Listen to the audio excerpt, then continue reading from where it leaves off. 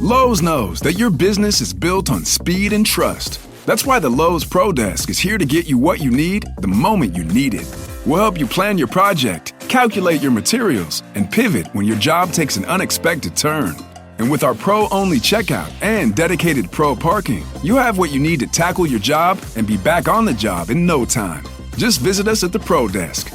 Lowe's knows pros. We help. You save.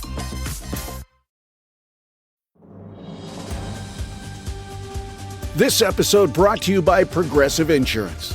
Do you ever find yourself playing the budgeting game? Shifting a little money here, a little there, and hoping it all works out? Well, with the Name Your Price tool from Progressive, you can get a better budgeter and potentially lower your insurance bill too. You tell Progressive what you want to pay for car insurance, and they'll help find you options within your budget. Try it today at Progressive.com. Progressive Casualty Insurance Company and Affiliates. Price and coverage match limited by state law. Not available in all states.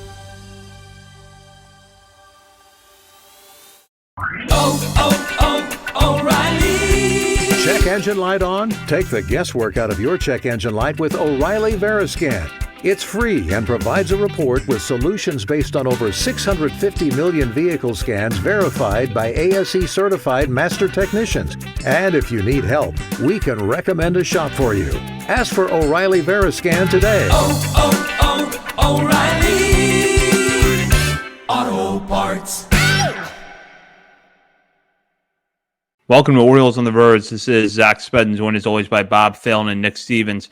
And we have a lot to get to on tonight's episode. We break down the Orioles slate of non-roster invitees for spring training.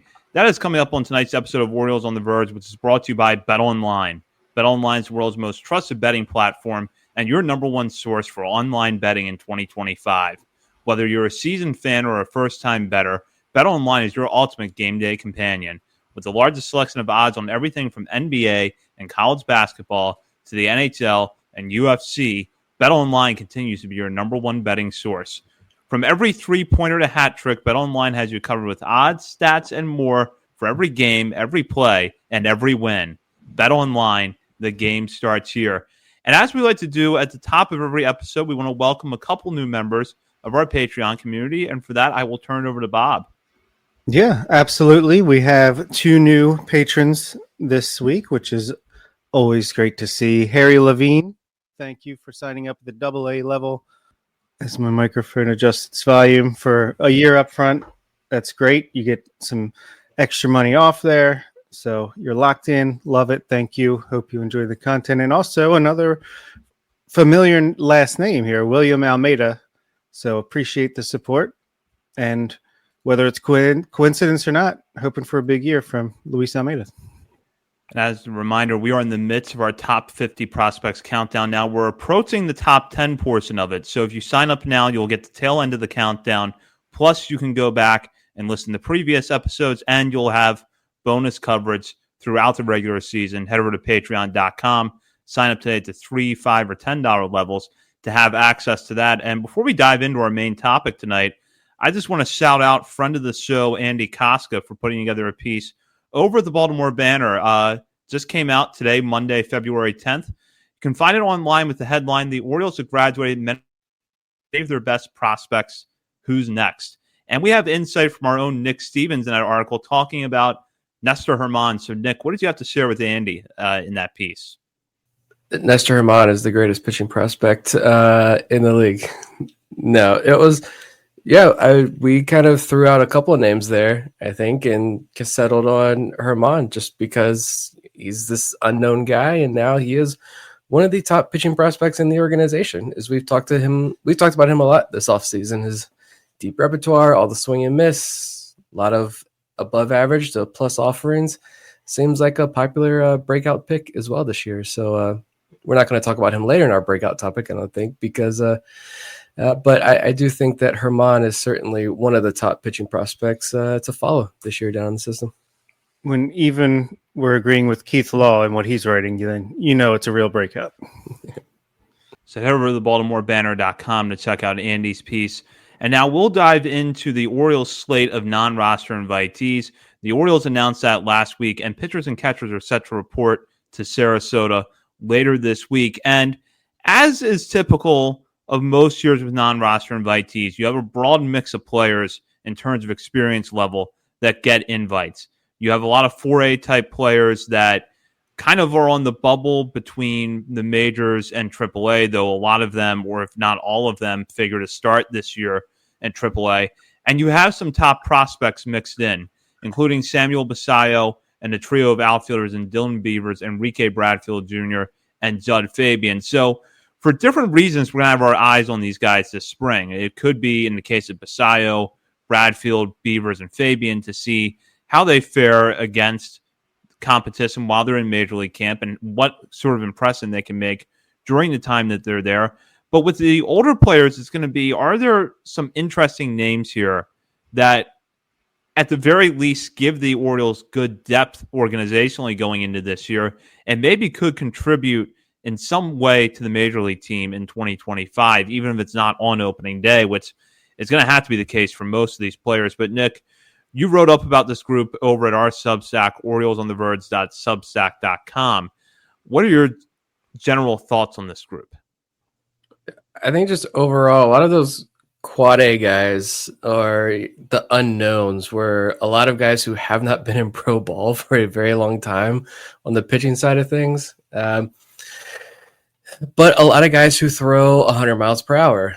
Some lefties, Raul Alcantara, who I've talked about a lot this offseason, is throwing 97, 98 from the left side. So a lot of intrigue there. We'll get into more specific guys who really intrigue us later on. But yeah, just a lot of experience, like proven veteran experience. And a lot of these guys haven't been in affiliated ball in a couple of years, but not saying we're finding the next Albert Suarez here, but it is cool to see the Orioles go out and identify these. This guy might be 30 years old, but he's still throwing 100 miles per hour, and he was a former top prospect in baseball. So interested to see if they stick in the organization. Could be some fun guys to watch down in AAA. Certainly be some fun guys to watch late in spring training games. But yeah, I think the big things are certainly these top prospects, though, and what we're going to see from them at the beginning of spring training.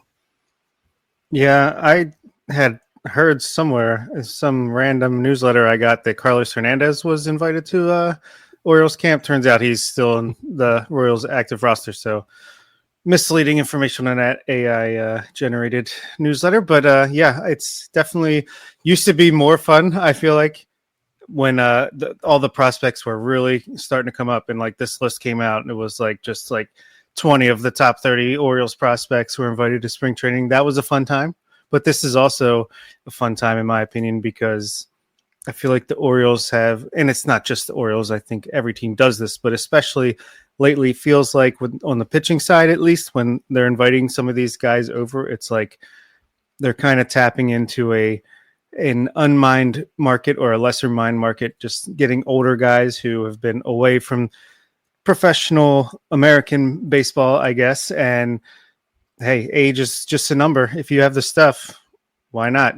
Pitchers, they come and go. So if you can grab someone while they're hot and they're a little bit older, like Albert Suarez last year, you never know what you might find. But yeah, I'm excited for spring training no matter what, because I'm starved for baseball. But I do think this is a nice mix of young and old and unknowns. In just a moment, we're going to get into some of the under radar names that we think you should have your eye on this spring. But I want to talk about for a moment the top prospects, Basayo, Beavers, Fabian, and Bradfield. None of these four figure to crack the opening day roster. All of them are probably going to spend most, if not all, of 2025 in the minor leagues. And in the case of Bradfield, he figures to start this year at Double-A, while the other three likely are ticketed for Norfolk at the beginning of the season. So knowing that, though, it still feels like this could be valuable experience for them in their development. So what are the two of you going to be looking for when we see these four players over the course of spring training? Yeah, it's a good question. I definitely think it's valuable no matter what, even if they are facing, because I forget how the quantification every year that there's like some people come out with, because, early on there's single A, double A level pitchers come in, and that's usually what these guys will be facing. But I think it's just a different setting. It's a different environment than when they're in minor league during the grind of the season. It's a little more like excitement there and a chance to show what they've progressed on over the offseason and developed. So I think just looking to see if they're comfortable and they can play the game that they know, or we know that they're able to play, especially Bradfield coming into his first spring training, I believe, other than being pulled from the minor league fields occasionally last year. So just seeing if he's comfortable, seeing if he's, if he can handle his own. But really, it's just, I think it's a good experience. You can't really take much from the results, but it's a fun process.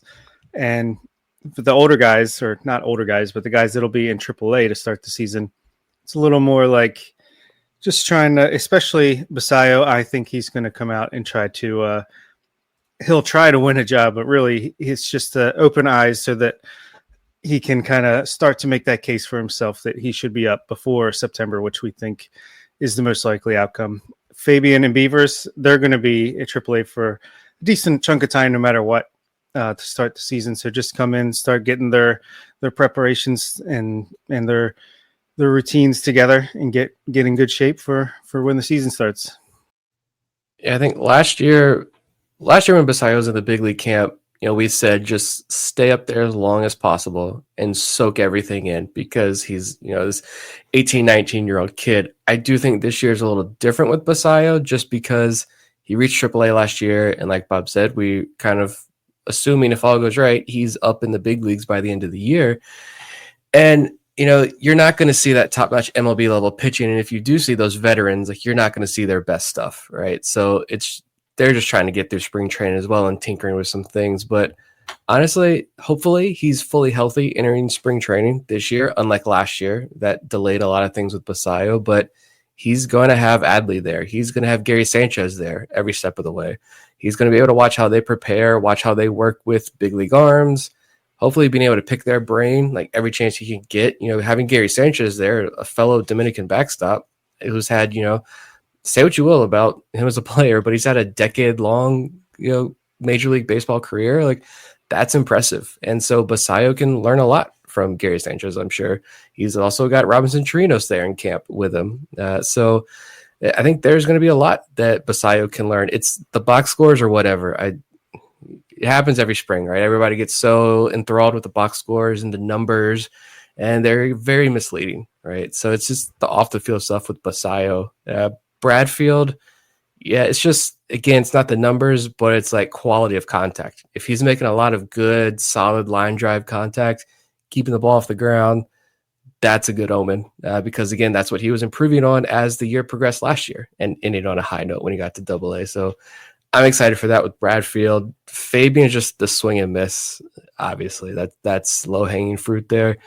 Again, you're not facing elite competition, so can that swing and miss at least be respectable going into this year? And this is a big year for Fabian and Beavers because they're both Rule 5 eligible.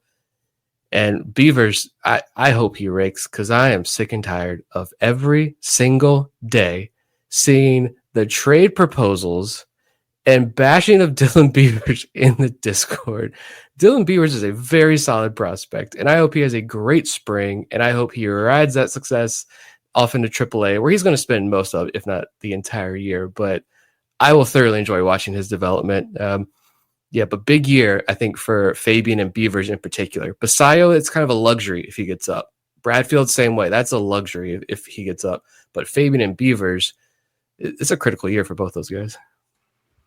Yeah, it for sure is. And I'm kind of looking for Basayo to have like a Heston Kjerstad 2023 type of spring training. I think that's the best he could hope for, is just like hit a couple home runs early on, open some eyes, and be like, just get people talking. And I think that's the best thing he could do for his marketability. Oh my God, I can't say it. Marketability, or for the fans, at least, because I think the team's not going to change what they do no matter what any of these guys do in spring training for the most part. So, yeah, have some highlights to put on the old Instagram.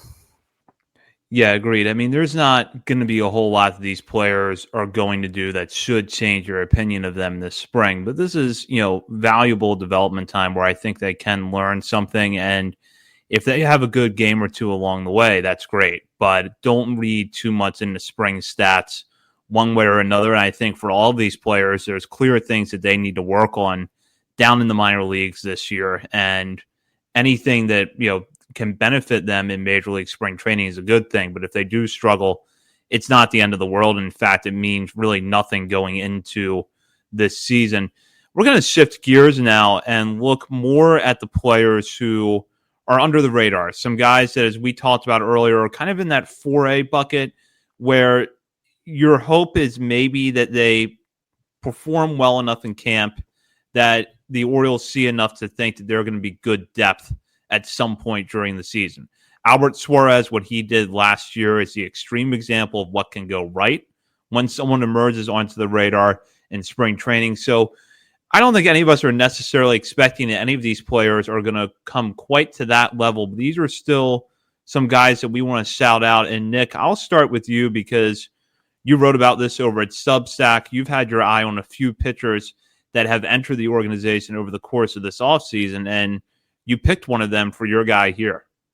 Yeah, I kind of referenced this in the intro there, but a couple of those international guys I am intrigued by. Like Rodolfo Martinez is 30 years old, but he was throwing 100 miles per hour in Mexico last season. And Robinson Martinez, he has been an affiliated ball. He's been with the Miami Marlins the last 2 years, but he has not pitched the last 2 years. He's been injured in 2023 and 2024, but he was down in, I think it was the Dominican Winter League, throwing like 97 with a slider. So I am curious to see those guys, but I did another pass through, and knowing we were going to talk about this tonight, like, all right, is there someone else? And Jacob Hernandez is standing out to me. Did not realize or had forgotten that he was in the organization, to be honest, until that non-roster invite list came out. I think two of the three guys we're going to talk about, I forgot they were in the organization. But Hernandez, you go back and look, former Phillies draft pick, missed most of 2023 and the majority of 2024. But he's had nearly 100 AAA innings before his injury back in 2023 with the Phillies. A couple of rehab outings last year with Aberdeen and Bowie. When he got to Bowie, he pitched 11 innings, gave up 1 run on 4 hits with 15 strikeouts. So 0.77 ERA, a 0.77 whip, and a 108 average against. And if you go back and look at his AAA data from 2023, it's primarily a 90-91 mile-an-hour fastball from the left side, but it's 20-plus inches of induced vertical break, and that's with the Major League Baseball. Stuff plus well over 100 with that particular pitch. It's a dominant pitch. And so overall, when he got to Bowie, he had a 34% called strike plus whiff percentage, so above his career average. And yeah, he's a 28-year-old throwing in Double-A, but he's coming off missing a full year. So just settling back in on the mound, the numbers were really good and positive. Wasn't walking guys. I don't know what the velo was down in Bowie, but all the numbers looked fantastic.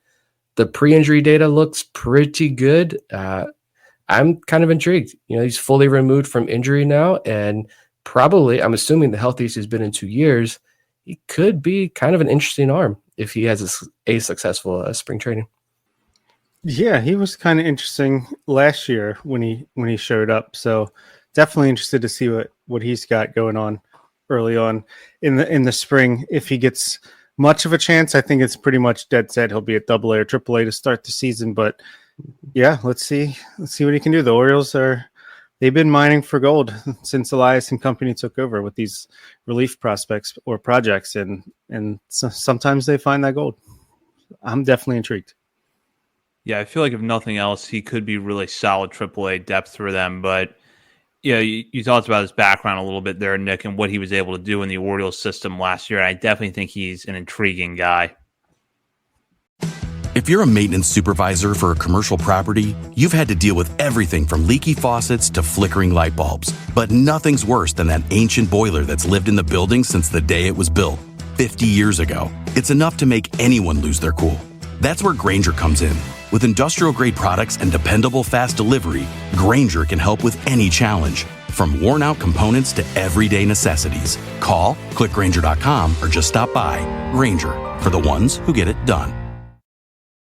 Okay, I'll go to my guy, probably the other guy that Nick forgot was in the organization, Nathan Webb, who was signed to a 2-year minor league deal last year around this time, I guess, or a little bit before that. But he hasn't pitched since 2022.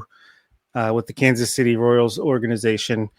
I think he was down for Tommy John, and then as he was rehabbing for that to come back last year, he went down with Achilles tendon surgery and missed the rest of the year.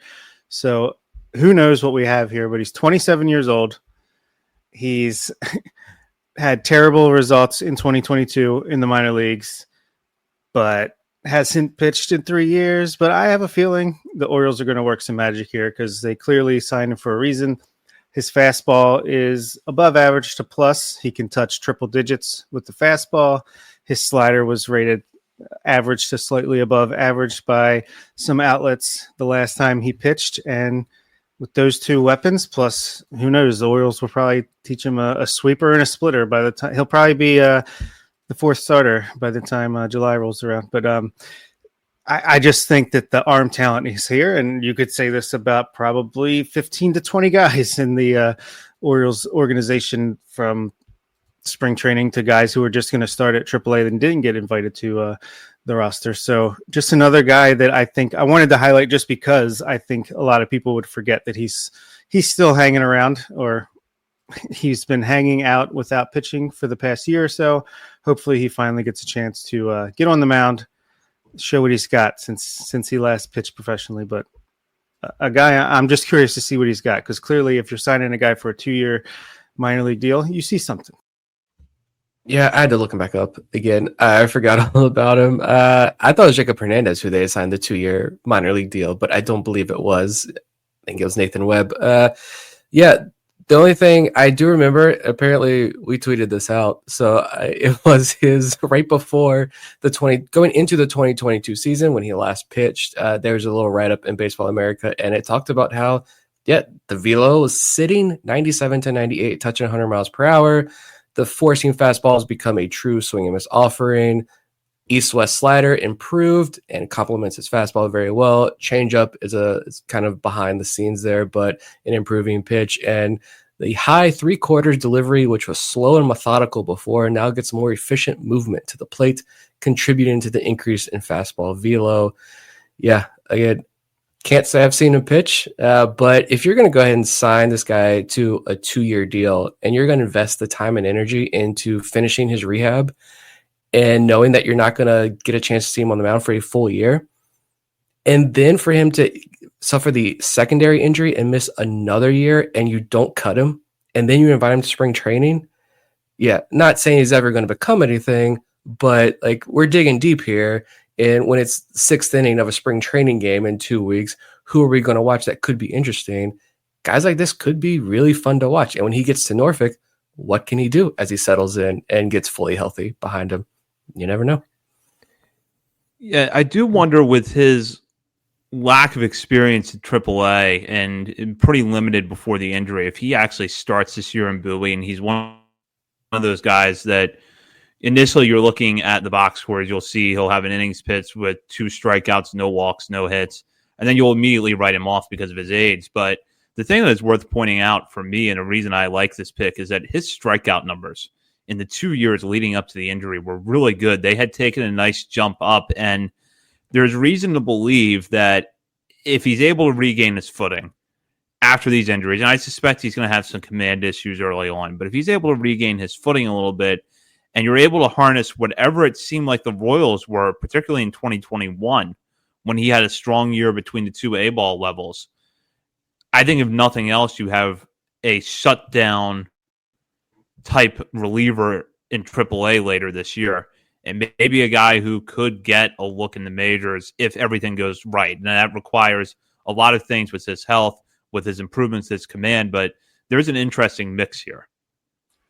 He's definitely going to need to get off on the right foot after Achilles tendon injury. That's for sure. And I'm sure there's been, he hasn't pitched in a professional game since 2022, but I'm sure there's at least been moments in the offseason, hopefully, that he's been able to get on the mound and tinker with things. So hopefully they have a little more information than we do, which obviously they do. But I would not be surprised if, he starts in AA, slowly works his way up, and then by August, it's like, who is this guy? What? Why does he have a 1.7 ERA in AAA with a 36% strikeout rate? Something like that. And it's not like it was he's coming back from Tommy John and then suffered a setback, or then it was a shoulder injury. Like it was an ACL, Achilles, whatever it was. The leg injury that makes me feel a little bit better that it wasn't a secondary arm injury as well. I'll go to my guy now, and that is Thaddeus Ward. Now, when I read Nick's Substack piece, I'm like, I feel like we've talked about Thaddeus Ward on the show before. And I remembered when Vivek had been on the show a couple of years ago, breaking down Vivek Sukla, our Rule 5 expert, who we haven't had on the show in a while because the Rule 5 draft in the last few years has been kind of different for the Orioles than it's been in the past. But when we would have Vivek on to preview the Rule 5 draft, I remember him talking up Thaddeus Ward leading into the 2023 Rule 5 draft when he was chosen with the first pick by the Nationals out of the Red Sox system. Ward had primarily been a starter with the Red Sox. He joins the Nationals, spends all of 2023 in their bullpen, and didn't put up very good numbers. But the Nationals were a bad team, and they did what bad teams can do with Rule 5 picks, which is they just kind of used him out of the bullpen, limit his exposure to some extent, and then put him back in AAA the following year when they had the ability to do that. They sent him back to AAA this past season with the idea of moving him back to the rotation. And while he made 28 starts for AAA Rochester, his numbers were pretty ugly. There's no getting around that. 5.64 ERA, 119 2/3 innings pitched. He walked 94 batters, struck out 107. Those are not good numbers at all. But as Nick pointed out in his piece, he's got a couple of interesting pitches, including two that we know the Orioles really like to teach, which are the cutter and the sweeper.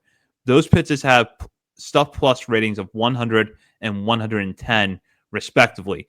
He does not throw hard. He averages about 93, and he's primarily a ground ball pitcher, has been throughout his career. But when he already has two pitches that the Orioles like to teach, and he throws them pretty well, I think that they can kind of work with that to get him to a point where he can start to be more successful again.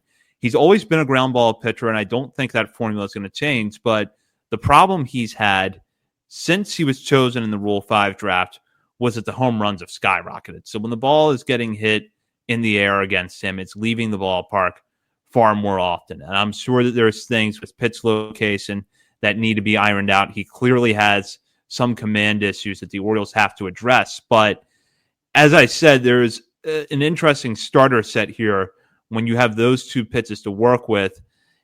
And if nothing else, I feel like this could be one of those pitchers who spends all year in Norfolk, might have an ERA in the low fives, but you look at the end of the year and he makes 25 to 28 starts, eats a lot of innings, and if you can get the walk rate down this year, that still helps you out a lot in AAA. I'm thinking about guys like Garrett Stallings. Never had the best AAA numbers, but you were glad that they were in the rotation because you knew every 5 days they were going to take the ball. I think that's the worst case scenario for Ward. Best case scenario, maybe the Orioles are able to get him back on track a little bit, and he can get back to where he was in the Red Sox system, which was ground ball pitcher, will have issues with walks from time to time, but doesn't give up a lot of hard contact, and he's not having the issue with the ball leaving the ballpark that he's had the last 2 years.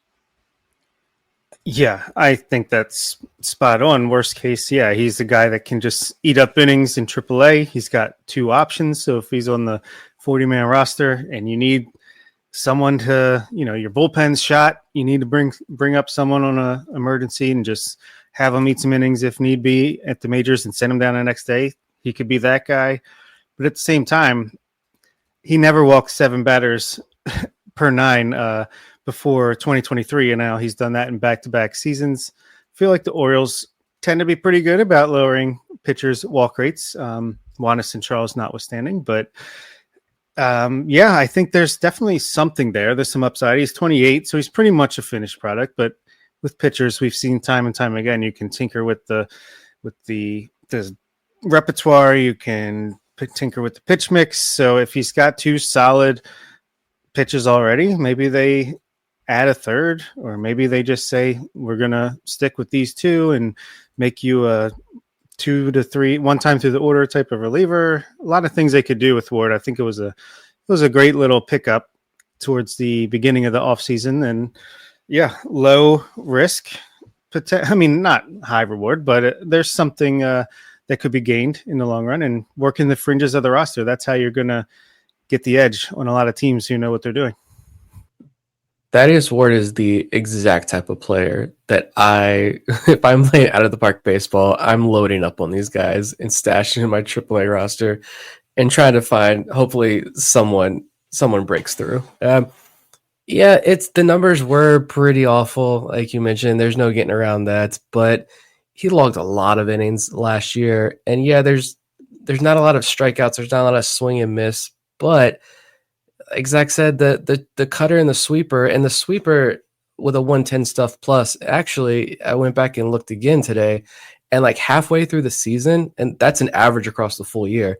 About halfway through the season, something was different. I can't get like granular with this AAA stuff, but something changed with that sweeper where by the end of the year, the last, I don't know, probably month or so, it was like 120 stuff plus sweeper. So like that's well above average. So clearly he's got a good base here with 2 solid pitches. Like you said, if the Orioles are going to tinker with something and get something at Thaddeus Ward, great. I am curious to see if they're able to get anything else out of him.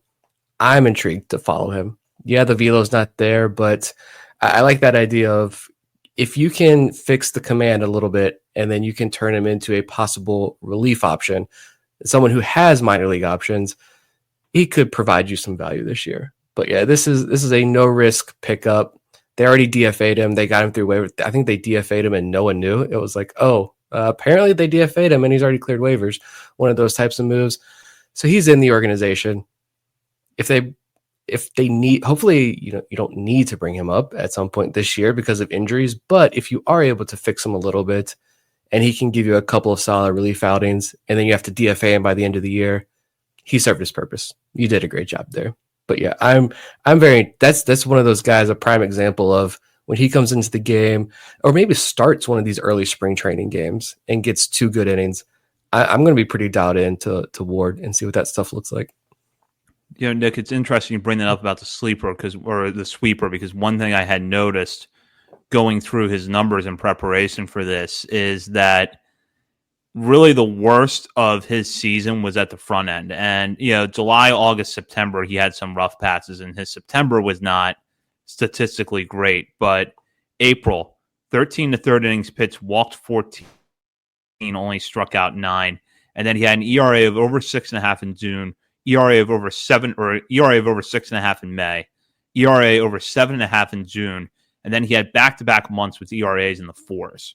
So there were some gradual signs of progress last year, just not enough to bring what was a pretty rough stat line from the beginning down to the point where you could look back at the season and think, okay, there was some success there. So maybe what the Orioles saw in that second half data leads them to believe that they can tap into something that the Nationals couldn't in the second half of last year.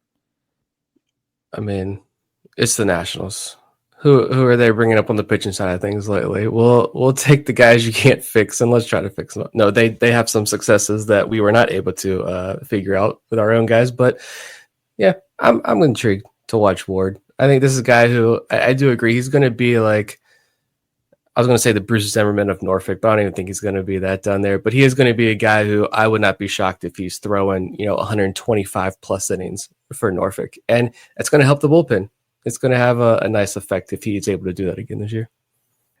And with that does it for our look at non-roster invitees. We'll, of course, have more spring training coverage throughout this month and into March, and we'll have more coverage later on this week when we break down our breakout prospects in the Orioles farm system for the 2025 season. In the meantime, you can check us out on our many social media channels, including Facebook, Instagram, Threads, X, TikTok, YouTube, Blue Sky, and Twitch. We're also on the Substack, OriolesOnTheVerge.substack.com. And while you're browsing around the internet, be sure to sign up to become a member of our Patreon community at the $3, $5, or $10 levels.